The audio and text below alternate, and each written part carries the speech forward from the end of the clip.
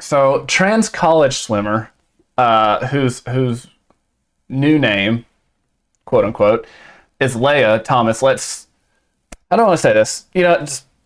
I'll just let it go. Let's junk hang out in locker room. Female teammates say, and coach won't do anything about it. So if you watch the show last week, you might recall me saying that every time I do a trans segment, I'm always surprised the next week by what I see in the headlines again. Thankfully, this isn't quite as bad as last week, but it's still far from good or decent, right, morally acceptable, etc. So just this headline gives us so many threads to pull on. And let's just start from the top. So this has been a pretty ongoing story the past few months. So I'll give a brief recap. So this dude, and he is a dude, his name was and is Will Thomas. Will competed on UPenn's male team and then decided to transition to female, taking the name Leah. And that is the last time I will call him that for tonight because I'm not playing their stupid game.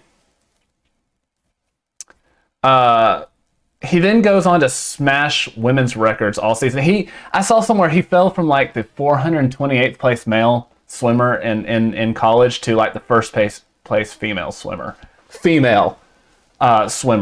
which is just, it's nuts to jump 428 spots or something like that. Because you are a male just to compete with females. It's happens. You hear about it every once in a while out there. But it still kind of pops out at you when you really hear those statistics. Let's see. So he then goes on to smash women's records during the season. In some cases, finishing 40 seconds and a full lap ahead in some of these races, which is completely ridiculous. To round it out, some of his teammates have called it not fair, but they can't say too much for fear of losing their scholarship because the cause is more important than any of the women on the team. And the left hates women, or, at least they would if they could identify what a woman is. So instead, they just hate anybody who is not them. Am I right, Marcus? I just caught you drinking. You did. But yeah, you're right. And you can see many cases of this. You can look at many transgender men who have been mediocre or average athletes at the professional level, that is. I mean, there are leaps and bounds for the me and you. But, you see people that are just average or mediocre or below average, and they'll just transition to a female and play the female sport, and they'll knock it out of the water, set world records, and it's just embarrassing. This shouldn't be done. It really is. It's embarrassing that we let this go on because we're letting them kill the women's sports. And I mean, as much as women's sports are not nearly as interesting to watch as men's sports, it's still an important place for females to go out and compete. And, they have co-ed leagues if you want to do that. But they also have all female leagues because you know what? Females should be competing amongst themselves for it. But that goes out the door with this ideology. What's up? At this point, for too long with all the transgender stuff going on, we may as well just go ahead and just combine male and female sports because it's not far from being that way on the female side anyways. So why not just combine it anyways? So, I think that's giving in. I think that's something we cannot do. That would be a terrible idea. I did have a question pop up. I'm not going to say the name because it's kind of no, it's not embarrassing. It's my mother. She loves watching this and supports me and both of us quite a bit. She asked, what about they made a trans circuit? Do you think that would stop this issue? And the answer is no. It would not stop this issue because it's not about having a fair place to compete amongst males and females and then have something else for transgender. No, that would be, one, too easy to solve the problem. But two, that would not solve the problem they want to solve. That would be solving the right problem. And as we know, the left doesn't like to solve the right problem. So what that would do, what they're trying to do with this is they are trying to destroy any type of gender identity, especially among mothers. We talked about it a little bit in the past couple of weeks. because mothers and women are so important to raising children, and that's who they're really going after. Once you destroy women's identity, you can destroy children's identity. It's a lot easier. And, once you do that, you have control of them. No, having a trans circuit would not fix the issue. As far as the men's sports getting easier, no, because it's not the top ranked man who's flipping over and competing against females. It's the 428th ranked man. So just a little bit of a side there. Do you think I'm right on that, Marcus? Or I think that having an all trans circuit would work as far as feasibility wise and competition wise, but as far as it actually flying for sports and for the media, no, it wouldn't fly. Like you said, it would accomplish the right goal, but it would not accomplish the left's goal of what they're trying to push. So theoretically, it could work, but they would never let it work. Go. But no, it wouldn't be right. Yeah. So little rabbit hole there, but I think a very useful one. Where was I? So that brings us to the two hooks of this headline. One is the dude letting his junk hang out in female changing rooms, and the coach won't do anything. So first of all, this completely vindicates all the things conservatives have been saying for years, literally years since this thing started in Target like 8 years ago. That letting men into women's restrooms, women's changing rooms, women's private areas will lead to sexual misconduct. And that is what this is.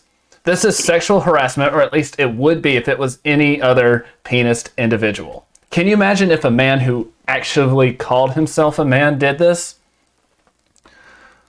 From the article. So transgender UPenn swimmer Lia Thomas, Will Thomas, apparently still has all of his plumbing and lets it hang freely in the locker room in front of his female teammates, whom he changes with, and whom he is still attracted to. That's very important. Sharing a locker room with transgender swimmer Will Thomas has become a point of contention for some of the University of Pennsylvania's teammates who feel uncomfortable changing in the private space with someone undergoing gender transition, the Daily Mail can reveal. It's definitely awkward because Will still has his male body parts and is still attracted to women. They just destroy their own case real quickly right here by using his made-up new name and gender. They completely destroy their case, by the way. Will has told his teammates, that she dates women. He dates women. The left's double standard on this would be hilarious if it wasn't such a horrendous hate crime against the women of this team. So you have a dude with dude genitalia who dates women, changing with women, and lets his dude genitalia hang out, making all of the women uncomfortable so that he doesn't have to feel bad. We'll stop right here. What's your take on this, Marcus? Am I going too crazy with this, or am I somewhat on, or what's up? This is a pervert's dream, what he's in. Being able to let his junk hang out with all the ladies, watching them change. And really, this is just the case of you got to wonder if this is just the case of he's playing the role to see what he's seeing. Because if he's saying he's still dating girls, and he could just be saying he's a girl just to be in there in the girls' locker room and have better chances at the sport. So it's just one of those things that he could be playing. It's a dangerous territory because that's a perverse dream right there. Oh, 100%. To be in the locker room. And the bad part is he's doing it and being supported for it. So that's even, whenever you see, imagine perverts that even if this guy is, being for real as far as his mental illness with his transgender, even if he's being for real about that, it opens the door for other perverts to just fake it. And now that's in the big news like this makes it even worse. Again, what we've been saying about this since all of this started really taking off less than a decade ago, is that this would very well happen. And women are being sexually harassed because of this in a real way. So. Well, the other part to it is the school doesn't want them to speak out, and they're scared that the school Oh no, is going. we're definitely going to get You to know, this, that. that's the part I hate even more because if it was a guy just peeping in, oh, it'd be an outroar. So you got to wonder how many of these stories are happening that we never hear about. And it's sad because you can't. It's sad because people are too scared to do about it. Or like I said, we're going to get to that. I don't let the coach out in this situation by any means, but I mean, quick sneak peek of what's to come. He's probably scared for his job. So I guess this is not bad as last week's story about the adolescent girl that's going to have to share a juvie cell with a 26-year-old man. But it's still a pretty terrible. Yeah, that's bad. That's really bad. That's a terrible situation. And then there's the other side of this. The coach not putting a stop to it. And I have to say, I really do. I have to say, I feel a little bit bad for the coach. How? Sure. Well, it's only a little. Let me just say that. It's very little. But I'm sure he has a family to take care of. And if he were to speak out about this to try to stop it in any way, the left would absolutely destroy him with how big this case is. With how big this media case is and how high profile it is. They would destroy him. They would kill his career. They would kill his chances of ever coaching again. He'd be doxxed online. And he'd just be an absolute ruin. His life destroyed. So on a human compassionate level, I can feel that just a little bit of pity for him. It's not fair that the left plays like this and that there isn't really too much recourse for anyone who is not on the left. Am I right, Marcus? Or should we have no pity on him? No, I feel bad for him because I can't say that if I was in his same boat that I could do much different if that was what I relied for my family to support my family on. He's in a really tough predicament because even if he believes that being a transgender is wrong, or even if he believes that shouldn't happen, the school could be forced him to do it.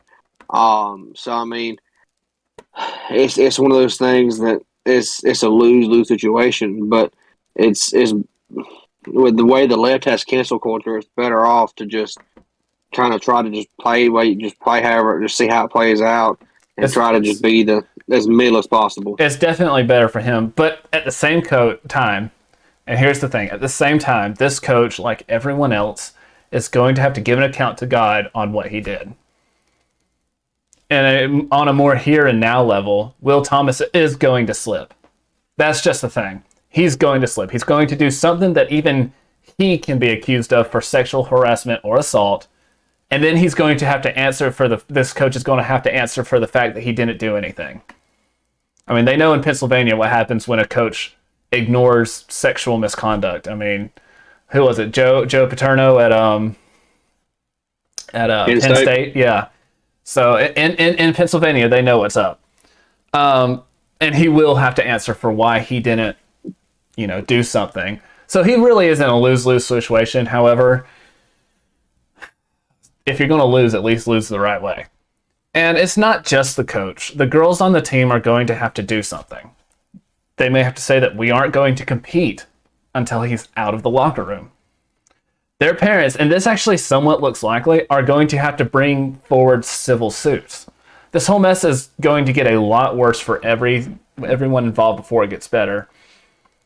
And the person it should be worse for is Will Thomas. So, hashtag say his name, make him hear it. Anything? Because I'm about to have the last words on this. Yeah, I think it's an unfortunate situation for everybody in that, as far as the female, the real female in the locker room for the coach, because it's bad because this player had to go out anonymously to make this story because they felt like their career could be jeopardized because of this.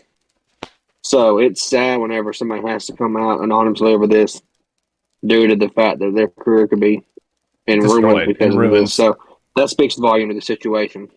And I hate it for them because they're scared. You can tell they're scared to speak up, all of them. So I hate it. Hate it. I got you. So I'm going to actually let the girls on the team have the last words on this. What they said to the Daily Mail. So she stated that the team members have raised their concerns with the coach, trying to get Thomas ousted from the female locker room, but got nowhere. Multiple swimmers have raised it, multiple different times, the UPenn swimmer said. But we're basically told that we could not ostracize Will by not having him in the locker room. It's really hard to read this correctly, right? And that there's nothing we can do about it, and that we basically have to roll over and accept it, or we cannot use our own locker room. Think about that. Think about that. They have to roll over and accept a male in their presence, or they cannot use their own locker. What kind of backwoods world are we living in, Marcus? When a biological male can run the females out of the female changing room. It's messed up, really. I mean, 10 years ago, this was even, you wouldn't even think it could have got this bad. And it's a disgrace that we've got to this point as a country, as Christians. It's a disgrace that we're still sitting down on this note. Mm-hmm. We need to speak out more, and it's a shame. Exactly.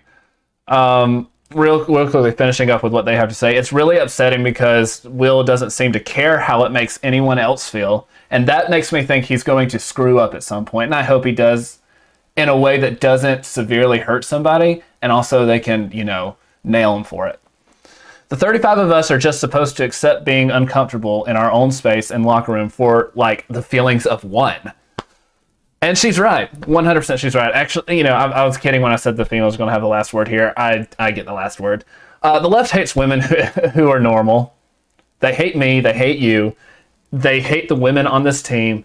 And we must resist them loudly. If we call ourselves the silent majority, we need to knock that silent off. We do, or we're going to lose. Because as we found out last week with the woman who took an abortion pill on live TV, they care more about this than we do. They care about winning more than we do. And we've read the end of the book. We've read the end of the Bible. We know how this ends, so let's act like it.